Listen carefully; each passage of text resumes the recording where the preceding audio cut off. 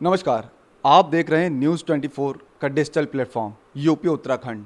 और आज हम बात करने वाले हैं जाति सर्वे पे। चुनाव का माहौल है और जाति सर्वे का जिन एक बार फिर से सुर्खियों में है। तो ये चुनाव के टाइम में ही जाति सर्वे का जिन बाहर क्यों आता है, इस पर बात करने के लिए हमारे साथ इतिहासकार ब्रिजेश मिश्रा जी हैं। सर, ऐसी क्या वजह है कि चुनाव आता है और जो जाति सर्वे का जिन है राज्यों का, वो बाहर आ जाता है? और क्या जो सरकार है जाति जनगणना को लेकर के पक्ष और विपक्ष में कोई मतभेद भी है? अगर मतभेद है तो क्यों है? इसको ज़रा विश्लेषण से बताएं सर। चुनाव होता है तो नए नए मुद्दे बनाए जाते हैं। अभी चुनाव है 2024 में लोकसभा का। उन चुनावों को अगर ध्यान में रखा जाए तो हमारे प्रतिपक्ष के पास अभी कोई मुद्दा नहीं था। एक विशेष बात यह है कि पिछले चुनाव में जो लोकसभा के हुए थे उसमें जो रूलिंग अलायंस है उसको 52% से के आसपास मतदान हुआ था।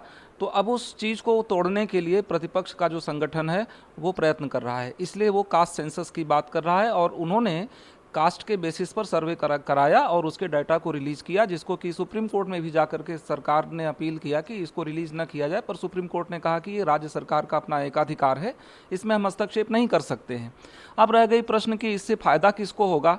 तो यहाँ पर यह है कि अगर आप वोटर्स के बीच में कोई तोड़फोड़ करते हैं और उनको कोई जाति प्रलोभन दे करके उनसे वोट लेते हैं और अपनी सरकार बनाते हैं, तो मैं समझता हूं कि ये कहीं ना कहीं चुनावी मुद्दा अधिक लग रहा है। क्योंकि बिहार की सरकार 2 बार वहां पर केंद्र में गई थी, उस समय वहां पर जो इस समय सरकार है नरेंद्र मोदी जी की, उनसे 2 बार उन्होंने निवेदन किया कि आप कास्ट के बेसिस पर सेंसस करवाइए। उस समय चूंकि पिछला सेंसस 2021 में ड्यू था और वो सेंसस इसलिए नहीं हो पाया क्योंकि कोविड था। अब सेंसस देश में होगा, लेकिन सरकार का ये मानना था कि जब हमको लोक कल्याणकारी कार्यक्रम चलाने हैं तो हमको कास्ट बेसिस सेंसस ना करके सभी के लिए योजनाएं बनानी चाहिए और कास्ट के बेसिस पर किसी को ऐसी प्रायोरिटाइज नहीं करना चाहिए। पर प्रतिपक्ष को ये लगता है कि सरकार को चुनाव में पराजित करने का कोई और मार्ग नहीं है, इसलिए जो एक सरकार का समर्थन वाला जो वोट है उसको तोड़ने के लिए ये कास्ट सेंसस इस समय लाया गया है। सर, आपने बिहार की बात करी। बिहार में जो जाति सर्वे हुआ, उसके जो आंकड़े सामने आए, उसको लेकर के राजनीति हुई, या ये कहें कि अभी तक हो रही है। इन आंकड़ों के पीछे का खेल क्या है? देखिए, ऐसा था कि वहाँ की बिहार की सरकार ने केंद्र के मना करने के बावजूद भी कंटिजेंसी फंड का पैसा देकर के उन्होंने सर्वे करवाया और कुछ उनके डाटा रिलीज होकर के आए हैं, जिसमें कि मैं देख रहा हूं कि पहले से ही आरक्षण की व्यवस्था देश में चल रही है और सभी जातियों को उनके संख्या के अनुरूप में कहीं न कहीं आरक्षण मिला हुआ है। अब ये रह गया कि अगर जो है ये जो प्रतिपक्ष के का जो अलायंस है, जैसा कि मैंने देखा कि कांग्रेस शासित प्रदेश भी ये कह रहे हैं कि वो जो है बिहार के नियमों को मिरर करेंगे और कास्ट सेंसस करेंगे, और फिर अभी वो बाद में ये कहना शुरू करेंगे कि जब हमारी संघ में सरकार बनेगी तो हम नेशनल लेवल पर भी कास्ट सेंसस करेंगे। तो उनका ये रहेगा कि लोक लुभावने वादे करके किसी न किसी प्रकार से जनता के बीच में पैठ बनाएं, बढ़ाएं और वो जो है सरकार बनाने का प्रयत्न करें। क्योंकि पिछले 2 चुनावों में ये देखा इन्होंने कि जो एक कास्ट का जगरनॉट था उसको ये सरकार तोड़ चुकी थी, तो ये वापस उसी कास्ट सेंसस पर जाना चाहते हैं, जिससे कि कास्ट सिस्टम मजबूत हो। तो इनको जो है ये जो इस तरह के जो राजनीतिक दल हैं उनको राजनीति में अपना हिस्सा बढ़ाने का अवसर मिले। मैं समझता हूं कि ये दीर्घकालिक दृष्टि से अगर देखा जाए तो संभवतः देश के हित में नहीं होगा।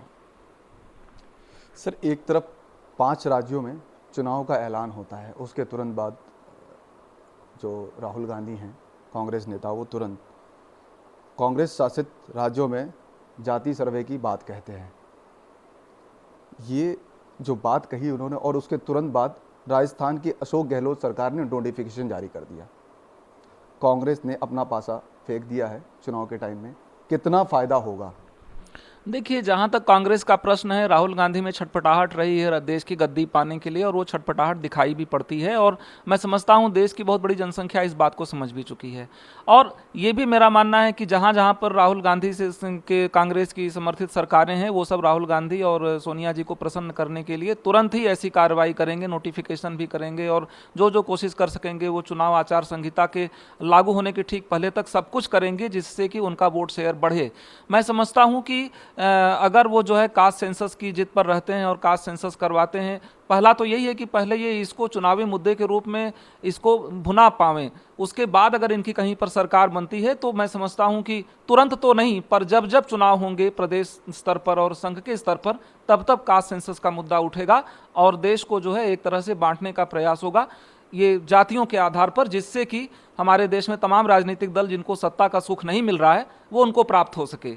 तो विकास की राजनीति से को पराजित करना, कहीं ना कहीं कास्ट की राजनीति का उनको एक स्कोप दिखाई पड़ रहा है कि हम ये जाति जनगणना करके सरकार के इस जगरनॉट को तोड़ सकते हैं और हम इनका जो समर्थन है उसको कम कर सकते हैं।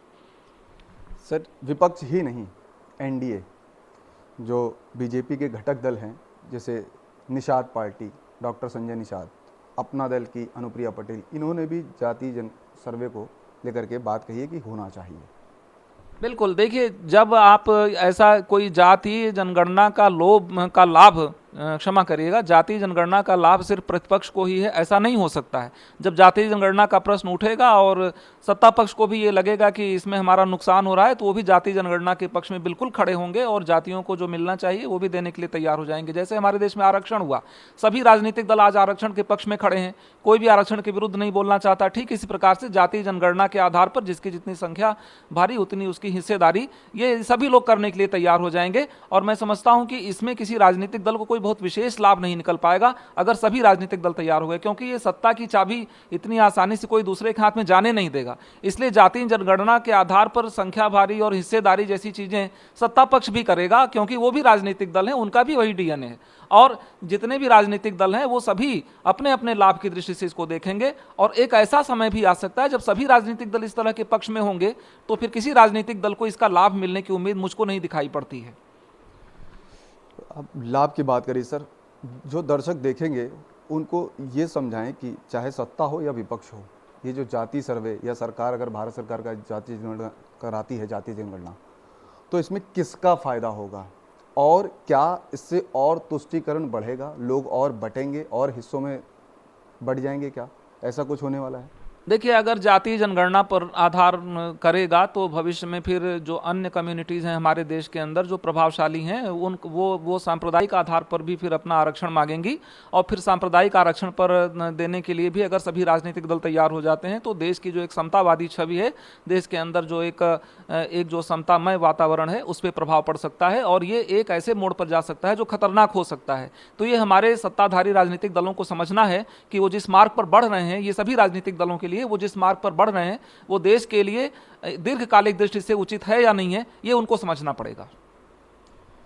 राजनीति की बात जैसे आप कर रहे थे सर, राजनीति इसको लेकर के तो हो ही रही है, आप देख ही रहे हैं, आए सुबह टीवी खोलिए तो दिख जाता है। राजनीति में इस जाति सर्वे का या जाति जनगणना का कितना प्रभाव है या कितना प्रभाव पड़ेगा, क्योंकि आने वाले समय में 5 राज्यों में चुनाव है?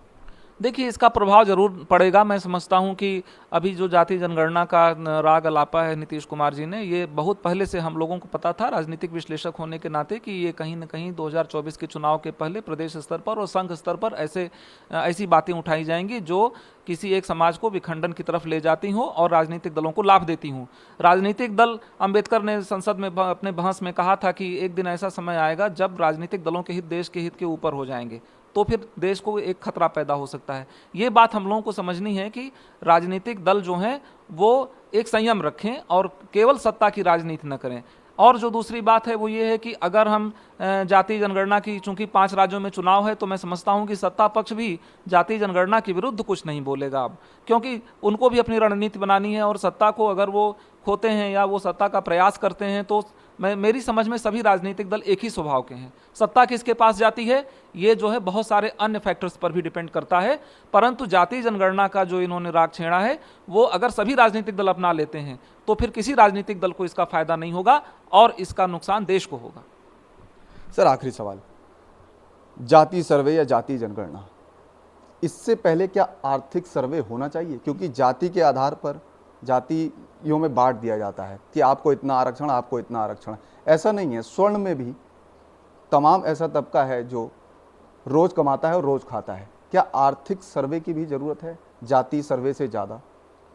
देखिए, इस देश में गरीबों की संख्या बहुत ज़्यादा है। अगर आप प्रधानमंत्री नरेंद्र मोदी के एक भाषण को देखिए तो उसमें उन्होंने कहा कि ये जो है देश के स्रोतों पर किसी एक विशेष का नहीं बल्कि गरीबों का अधिकार होना चाहिए। ये देश गरीबों से बनता है और मैं समझता हूँ कि अगर भविष्य में सरकार ने या सत्ता पक्ष ने इस तरह के किसी दांव को पलटने के लिए अगर उन्होंने आर्थिक सर्वेक्षण करा दिया, आर्थिक आधार पर अगर उनका कोई मापदंड उन्होंने बना दिया तो ये जो जाति जगरनॉट है ये टूट जाएगा। तो अब ये देखना पड़ेगा कि देश की जनता इसको किस तरह से लेती है। पर मैं समझता हूं कि जो लोग मार्जिनलाइज्ड हैं, जो देश में गरीब हैं और जो देश की बहुत बड़ी जनसंख्या का हिस्सा हैं, वो निश्चित रूप से आर्थिक आधार पर अगर ये कोई ऐसा कदम उठाते हैं तो इसका जो है वो लोग भरपूर समर्थन भी करेंगे। क्योंकि इसको आपने देखा कि अभी एक इकोनॉमिकली वीकर सेक्शन के लिए उन्होंने 10% आरक्षण की व्यवस्था की और जिसको लेकर के सुप्रीम कोर्ट में भी लोग गए, तो सुप्रीम कोर्ट ने कहा कि ये अनकॉन्स्टिट्यूशनल नहीं है, क्योंकि संविधान की धाराएं आर्थिक समता स्थापित करने की बात करती हैं। वो किसी अगर उस आधार पर उनको चुनौती दी जाए, संविधान के आधार पर चुनौती दी जाए, तो वो चुनौतियां उसमें वो कोर्ट के दृष्टि में वैलिड नहीं होती हैं। इसलिए जो है ये जाति जनगणना को तोड़ने के लिए जो एक आर्थिक जनगणना जो आपने कही, आर्थिक सर्वेक्षण कहा और उस आधार पर देश के स्रोतों में भागीदारी देने की बात कही, ये मैं समझता हूं कि आज के युग में देश के हित में भी होगा और जातीय जनगणना का जो दांव है उससे बहुत आगे जा करके ये होना चाहिए। मैं समझता हूं देश की जनता में इतना सुविज्ञता है। सर जी, ये आर्थिक सर्वे की बात जब 5 राज्यों में चुनाव की घोषणा हुई, इलेक्शन कमीशन ने किया, उसके बाद राहुल गांधी ने जाति सर्वे के साथ साथ ये भी कहा कि अगर हम सत्ता में आते हैं तो आर्थिक सर्वे भी कराएंगे। देखिए राहुल गांधी जो भी बातें कह रहे हैं, वास्तव में राहुल गांधी अभी ये समझ नहीं पा रहे हैं कि उनको तात्कालिक लाभ किस चीज़ से होगा, जातीय जनगणना से होगा कि तात्कालिक लाभ जो है उनको हो जाएगा आर्थिक सर्वेक्षण की बात कह करके हो जाएगा। राहुल गांधी में जो समस्या है वो ये है कि वो किसी न किसी तरह से चाहते हैं कि उनका जो उनका वोटर्स के बीच में जो पहुंच है, जो उनका हिस्सा है वो बढ़े, उनका समर्थन बढ़े, इसलिए वो इस छटपटाहट में कुछ भी बोल रहे हैं। पर जहां तक इस समय की स्थिति है, अगर जातीय जनगणना का किसी भी प्रकार का कोई क्रेडिट किसी को जाएगा तो वो नीतीश कुमार जी को चला जाएगा। और अभी तक उन्होंने नीतीश कुमार जी को प्रधानमंत्री पद के उम्मीदवार के रूप में स्वीकार भी नहीं किया है। और अभी मैं समझता हूं प्रतिपक्ष के पास ये एनडीए अलायंस में भी देखिए आम आदमी पार्टी और इनके बीच में आइडियोलॉजिकल डिफरेंस है, जगह जगह चुनाव लड़ रहे हैं, तो कोई अलायंस भी नहीं है और न ही कोई ऐसा प्रधानमंत्री पद का प्रत्याशी भी वो बने हुए हैं, या अभी इनमें से कोई भी प्रधानमंत्री पद का प्रत्याशी नहीं है। और एक विशेष बात ये थी कि जब राहुल गांधी संसद की सदस्यता से निलंबित हुए थे, तब जो है ये जो अलायंस था, इंडिया अलायंस बना हुआ था। अब क्या हुआ कि ये वापस आ गए, तो इंडिया अलायंस में जो प्रधानमंत्री पद के प्रत्याशी की जो दौड़ थी वो धीमी पड़ गई, क्योंकि राहुल गांधी वापस आ गए। उस समय लोगों को लग रहा था कि राहुल तो आ नहीं पाएंगे, उनकी सदस्यता निलंबित है, इसलिए जो है कोई गैर कांग्रेसी व्यक्ति जो है प्रधानमंत्री पद का उम्मीदवार हो सकता है। बाद में सुप्रीम कोर्ट के आदेश के बाद जब ये लौट आए, इसीलिए प्रत्याशी को अब जो है डिस्कस करना, घोषित करना और उसको कोई ऐसा लोक छवि का नेता बना देना, अब इनके लिए भी कठिनाई पैदा हो गई है। तो इनके पास अब केवल जातीय जनगणना का एक आधार रहा है कि कहीं वो क्लिक कर गई तो कुछ वोट परसेंटेज बढ़ सकता है। परंतु इसका एक दूसरा साइड भी मैं आपको बताना चाहता हूं। जो सर्वे बिहार सरकार ने रिलीज किया, वहां पर ओबीसी को 27% आरक्षण है। अब क्या है, 14.5% ही ओबीसी हो रहे हैं, तो क्या जो है उनकी भागीदारी वो घटाएंगे क्या? जो परंपरा आ रही है जिसमें आपको ज्यादा हिस्सा मिल रहा था, क्या उसको कम करेंगे क्या? तो ये बड़ा भारी यक्ष प्रश्न खड़ा है। जो लोग जातीय जनगणना को भुनाने का प्रयास कर रहे हैं वो देश को ये बताएं कि अगर जो है जनगणना में, वास्तविक जनगणना में अगर उनकी संख्या कम निकल गई तो फिर जो है क्या उनकी सरकारी सेवाओं में भागीदारी घटाएंगे क्या? ये एक प्रश्न का जवाब उनको देना चाहिए। तो जाति जनगणना और जाति सर्वे जो राज्यों में हो रहा है उस पर हमने बात करी। आज के लिए इतना ही।